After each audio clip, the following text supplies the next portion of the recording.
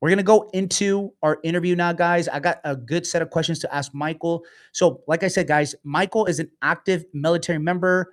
He's a father. He's an overall great guy. We talked so many months prior to this interview. He actually spoke in Miami and gave a great speech about what we're going to be talking about during this presentation as well. He has been a client of Cashwipe now for quite a few months, but overall, just a great guy. Okay. So, Michael, welcome to the live, brother. Thank you, Paul, and thank you for the intro. That was very, very kind of you. No worries, man. But besides what I said, go ahead and introduce yourself, dude.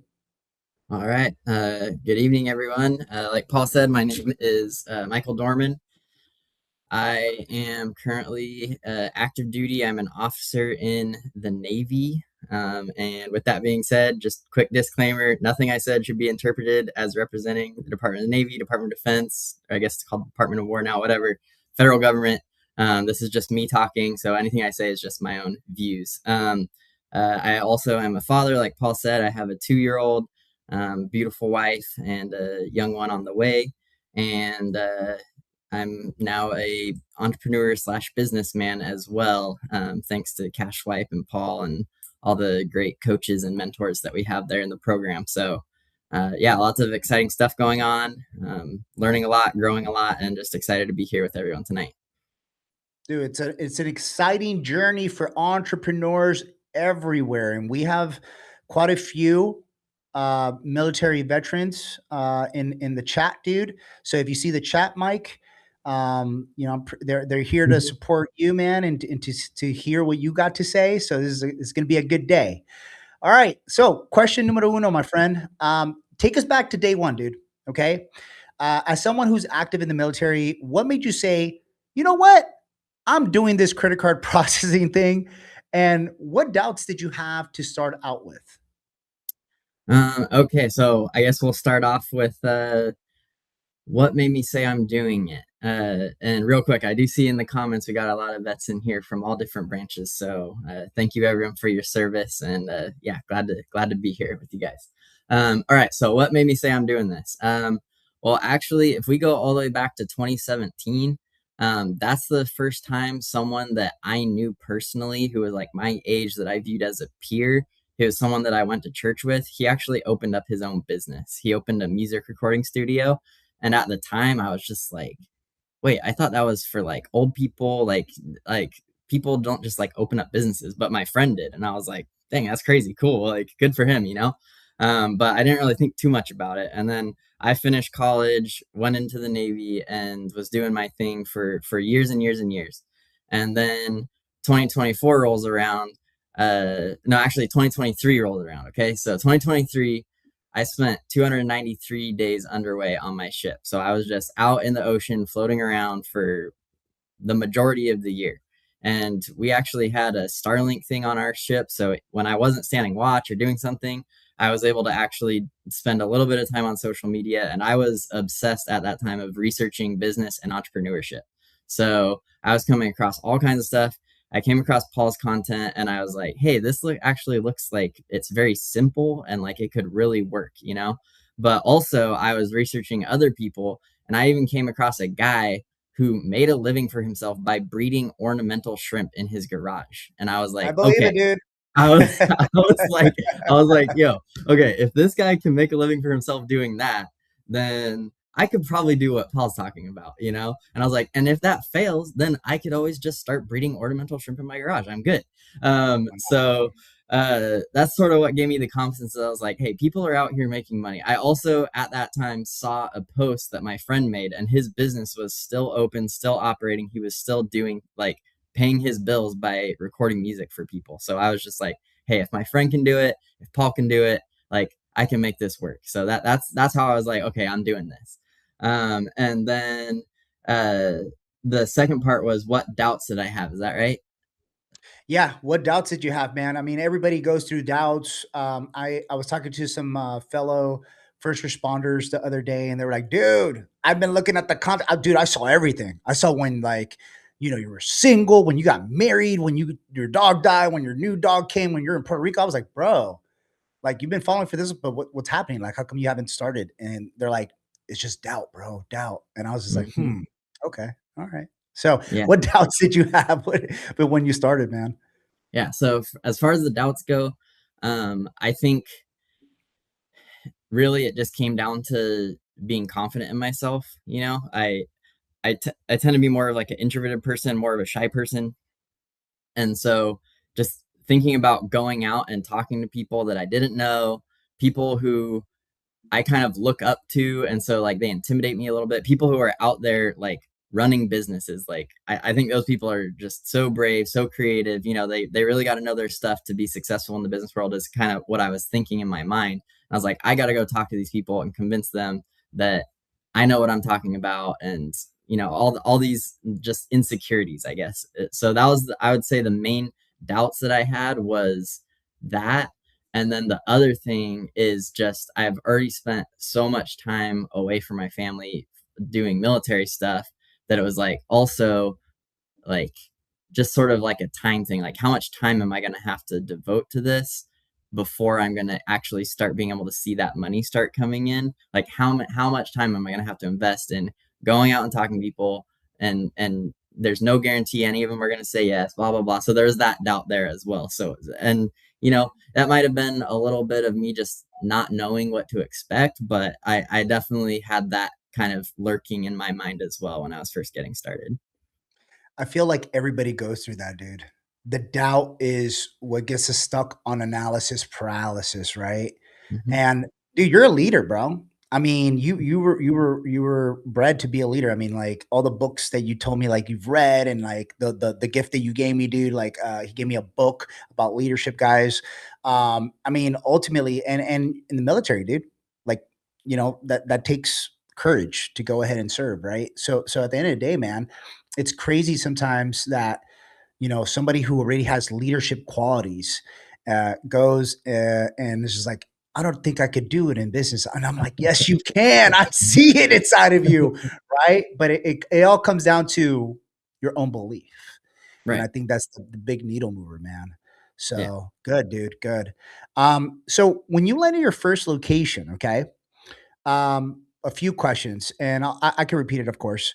Hmm. Where were you? Number one. What was going through your head, right? And how did that moment feel knowing you actually pulled it off? All right. So when I got my first location, I was here in the Norfolk, Virginia area. I was at a auto auto repair shop, and it was one of the leads that I got from the call center that was included with my original package that I bought when I first signed up to be with Cashwipe. So that's how I found the location. It was actually through the call center, the Cashwipe call center, and I got it as a referral from them. And I showed up, and I guess what was going through my head was, I didn't do too hot with some of the other leads that I got from the call center. Like, I hope this one goes a little better, but I had also been studying really a lot of the material in the modules, and so I kind of had a different approach, a different plan in mind of how I was going to talk to this business owner that was different from how I talked to the others. So that was also in my mind as well, as like, okay, I've got this plan of what I'm going to do differently this time that's going to make this go better. So I was nervous, but also curious to see how my new method was going to go. And then how it felt when I actually pulled it off, it felt really good. I did not sell them in that first visit. Like you said, a lot of times when you go to that first visit, you're really just trying to connect with that person and get them to buy you. Don't necessarily get them to buy the service yet, but just connect with them and then set up that appointment for more follow up, right? So that's what I did the first time I was there. The people in that auto repair shop, they were all from Ukraine. And so one of the things I did between visiting with them the first time and then actually signing them up was one of my friends on social media actually posted that it was like Ukrainian Independence Day or something like that. So I swung by and I just gave them all some sodas because it was a hot day. Gave them some cold sodas and I was like, "Hey, I heard it was Ukrainian Independence Day today. I just wanted to wish you guys a happy Independence Day and give you some cold sodas and see how you're doing." And they're like, we're actually doing good, and we've been thinking about what you said, and we really want to like actually check out doing this stuff. So just giving that personal attention and really thinking about them when I wasn't there, and kind of think outside of the box. How can I show them that I actually am interested in them as people, and then just putting in that extra effort to make them know that they're important to me and that I was there to help them out, um, outside of just the merchant services stuff. And so that's kind of all the stuff that was going through my mind. I love that. I love that. It's imperfect action, man. I always say Mhm. that. You just gotta go with it, and it's not gonna be perfect, but you got the job done, and kudos to you, dude. So Yes. let's talk about, like, I guess the biggest pain point for a lot of newbies, including Mhm. myself, when I got into like either ATMs or credit card processing, is sales. Okay, so a lot of people think you need a ton of sales experience. Okay. But with your military background and everything that you've done prior to this, man, what skills did you transfer over that helped you win your first location? What would you say? Yeah, I really like this question. So there's probably a lot of things, but I think one of the main things that I've taken from my experience in the military so far is just how we prepare for that moment that you never know when it's going to come. And with Mm, us, we have a very structured way that we train. Okay. And the way that we kind of articulate that is by calling it a crawl, walk, run method, right? So if you've never done something before, break it down into very small chunks. Take one little piece of it and focus on that. That's called crawling, right? You're just doing the baby steps, what you need to do to start getting the repetitions. I like to kind of compare it to going to a gym, right? The first time you walk into the gym, if you haven't exercised in a while, you got to start with the light weights, and that's okay. That's part of the process. Then once you start feeling comfortable with all the crawling, the basics, that kind of stuff, then move on to walking. That's when you can kind of get more creative with it, start thinking outside of the box, and start doing more complex parts of the equation of eventually what you want to work your way up to. And then finally running, that's when you want to take the training wheels off. You really want to test yourself, put the pedal to the metal, all that stuff. But giving yourself the grace to go through that process. Like, don't jump straight to the heavy weights the first day you walk in the gym. Like, break it down, keep it simple. Like, if we want to use an analogy for merchant service consultants, like, go in and just focus on connecting with the person. If you mhm. don't bring up merchant services at all, that's okay. You're crawling right now. You're first getting started. Just focus on connecting with the person. If you can do that, then do that successfully. Now go move on to the walk phase. Figure out how to transition from connecting with them to bridging into discussion about merchant services. Now focus on that until you get good at that. Once you're good at that, now get to the point where you're like, okay, we talked about merchant services. Now I'm actually going to pitch them on working with me to do merchant services with me. Crawl, walk, run. That's the biggest thing. Dude, I feel like this question, guys, and correct me if I'm wrong. Number one, I felt like I was getting briefed up to go on that was awesome. Guys, show Michael some love. Go ahead and comment tactical, the word tactical down in the comments below. You brought me back to my detective days, dude. That was awesome. Okay. So, Michael, for the past a couple months, guys, we've been cross-referencing this idea. Okay. And I know when Michael would go prospecting, he was running into a ton of Spanish speaking business owners. And he's just like, Paul, dude, like, I think this is a major, major pain point that a lot of our, I like to call teammates, because we have over 1,800 teammates within our cash white community. um, you know, Actually, it's a big pinpoint that a lot of our consultants deal with because they don't speak Spanish. And I'm like, dude, it's a time thing, right? People got 9 to 5s, people got careers, people got, a family and all that. So it's just like, when do they make the time to learn Spanish? And if you guys didn't know, Michael is actually a teacher. He's a teacher, and he has a phenomenal story on how he actually learned Spanish. So this is going to go off the beaten path. But Michael, just give us a short summary on how you learned Spanish. All right. So I studied Spanish for probably since I was 9 years old. That's when I got my first like Spanish tutor. And, I learned what a lot of people learn when they're first learning Spanish. I learned how to say the days of the week, the colors, stuff like that, it's good to know. It's important to know how to say those things, but it also was kind of like cookie cutter kind of stuff, the kind of things you're going to learn in a classroom, that kind of thing. And like a lot of people, even after 10 years of working through, like I did Spanish in high school, all that stuff, I had a lot of vocabulary, but I didn't have the actual practical skill of going and using my Spanish in real situations where I had to think of what to say in Spanish. And like there's a huge disconnect between classroom Spanish and actually going out and having a conversation. And I feel like the majority of people, you can go through all the way through high school. You can even take AP Spanish. You can take Spanish in college, and you're still going to be missing that piece of being able to actually go out and use it. Well, Facts. that changed for me when I was actually assigned. I volunteered to do a service and proselyting mission for my church, and actually got assigned to work in the Spanish language for 2 years. So I took 2 years off of college, work, dating. I left all that aside, and I went and did my mission for 2 years. And part of my mission service was actually to learn Spanish. When I started that, I did a 9 week crash course. And during the 9 week crash course, they taught me some things that fundamentally changed how I approached studying Spanish.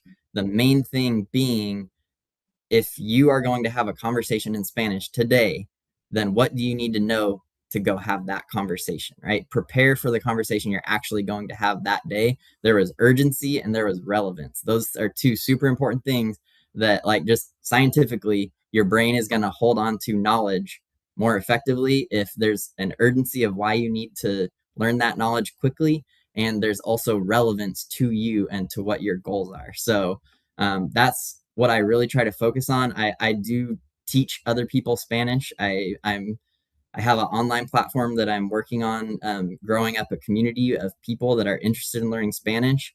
And then I'm working on launching an actual uh, coaching program where I'll actually coach people through the process of learning Spanish, regardless of whether they have 5 minutes a day or 15 or an hour, whatever, however much time they want to spend on it. But even in small little chunks, even 5 minutes a day, you can learn Spanish as long as you focus on what you're actually going to use, and then you go out and use it and you do it consistently. Um, you talked about consistency earlier, and that's also super important. Like, before I went on my mission in 2012, like 2011, I don't know how many days I worked on Spanish, but 2012, it was 365. I did it every single day. And then the That's next all year about, bro. I did it again, 365 days. I can tell you that for a fact. So if you guys are willing to commit, even if it's only 5 minutes a day, but you're going to do it for 365 days, and it's going to be relevant and urgent, now you're going to learn Spanish. Like, it's going to happen. It's just a matter of time at that point, and it can actually happen really fast if we like do it a certain way, which is what I work with people on. I love that. I love that, man. And we'll go back to that because I'm super interested in your community that you have, brother. So we'll get back to that and then see if we give some people some free stuff too. Sure. Okay. But just to wrap this up, man, let's get on your last question here. Okay. All right. If you could talk to the version of you, okay, guys, and this is going to be a big needle mover for a lot of you guys because I know a lot of people, guys, you guys want to scale your guys' business to the moon, right? You know, I have one student that she's going to be speaking at our next live event in May at the Los Angeles, and currently right now she's at 32 locations. She's going to hit 50, and I told her, hey, this is non-negotiable because I'm promoting it as you're hitting 50. So you can, hey, it's got to happen or it's got to happen. Otherwise, you got to explain people why you didn't do it. All right. So Mike, if you could talk to the version of you before your first location, okay, you're still active duty. You're still figuring things out. You're a father. You're trying to spend more time with your kid and your family and your wife. What would you tell old Michael to stop overthinking and just do?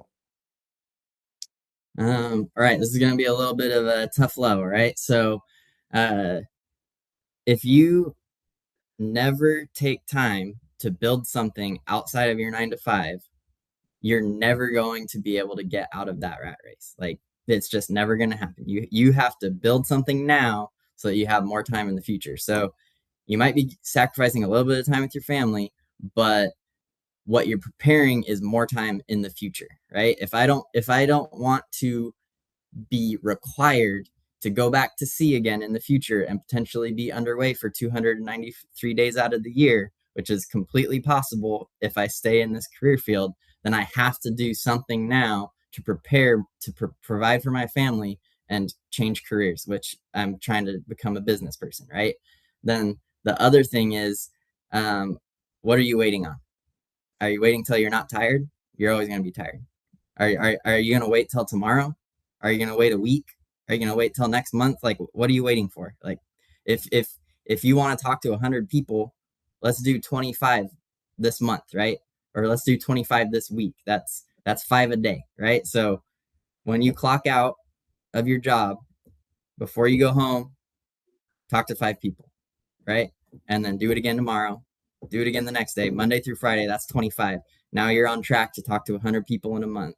And by the time you talk to 100 people, it's very likely at least one of them is going to say yes. If you commit to yourself, I will talk to 100 people, 25 a week, 5 a day. By the end of the month, you're at 100 and you should have at least one yes, right? And especially if you talk to the coaches, can talk to other people in the community, it's going to happen. So what are you waiting for? I love that. I love that. And any words of motivation before you go, brother? Absolutely. Like, uh, this community, it doesn't only provide you an opportunity to provide for yourself and your family and your future. It's also just a community full of absolutely incredible people. I've been to 2 of the Swipe to Freedom events, and each time I went, I met people that I text uh, multiple times a month. I'm checking in on them. Hey, how are you doing? They're checking in on me. They're holding me accountable, saying like, "Hey, how many people did you go talk to?" And I'm like, "Oh shoot, I haven't talked to anybody. I need to go talk to someone real quick before I text them back." So just stuff like that where you're getting so much more than you even think you're gonna get by being a part of the community. So for those of you who are just getting started, like you can reach out to me. You can reach out to anyone in the community. Just message it, look us up in the group, send us a text, and like there's so many people here that are that want you to be successful and are willing to help right before you walk into the business. If the coach isn't available, text your friend in the group that you've been texting back and forth, and maybe they can hop on the phone and just talk you through and get you hyped up. Like there's so many people in the group that you can connect with, not just the coaches. Literally so many people in the group are just here ready to support you guys. So welcome to the family, and excited to see you guys here. Love it, love it. And guys, we've been working for the past couple months on Michael's community. His community. It's actually a free community, just like this, guys. We want to add so much value. We want you guys to learn. So I know Michael created a couple special different resources and assets that you guys could get tonight. Okay, but remember, we need to execute.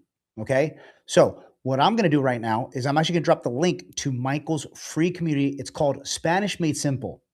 Simplicity scales, complexity fails, guys. Spanish made simple. I love it. Okay. So we're going to go ahead and drop that link down below in the comments, guys. Make sure to go ahead and actually join the community right now, guys. Once you guys have gone and actually joined the community, Michael's still going to be on here. He's going to be interacting with absolutely everybody in the chat.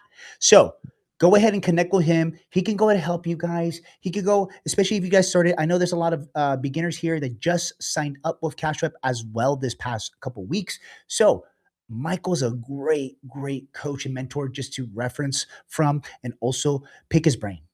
Pick his brain because he knows what's going on, right? It's like going through FTO, field training office training again, right? So go ahead and do it, guys. But as soon as you guys join his community, he's going to hook you guys up with a free program so you guys can learn the fundamentals of actually learning how to speak Spanish. Okay. And then also, Michael has a free PDF that goes more into deep detail about his story. Okay.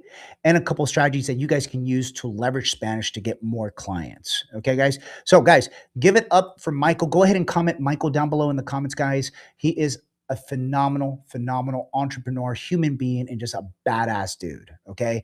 Mike, thanks again, brother. We're going to have to do this again. And then, guys, watch out as well when you guys join the community for the announcement, because he will be doing his first live in that community. He's going to have some special guests. I'm going to be speaking on it. We're probably going to have a couple of other cash wipe teammates that speak Spanish, but they're high performers as well. So they're gonna talk about their experience on how they use Spanish to get more clients. Okay, si hablamos español, yo también. All right, so here we go, guys. Michael, we'll catch you soon, brother. Take care. All right. Thank you.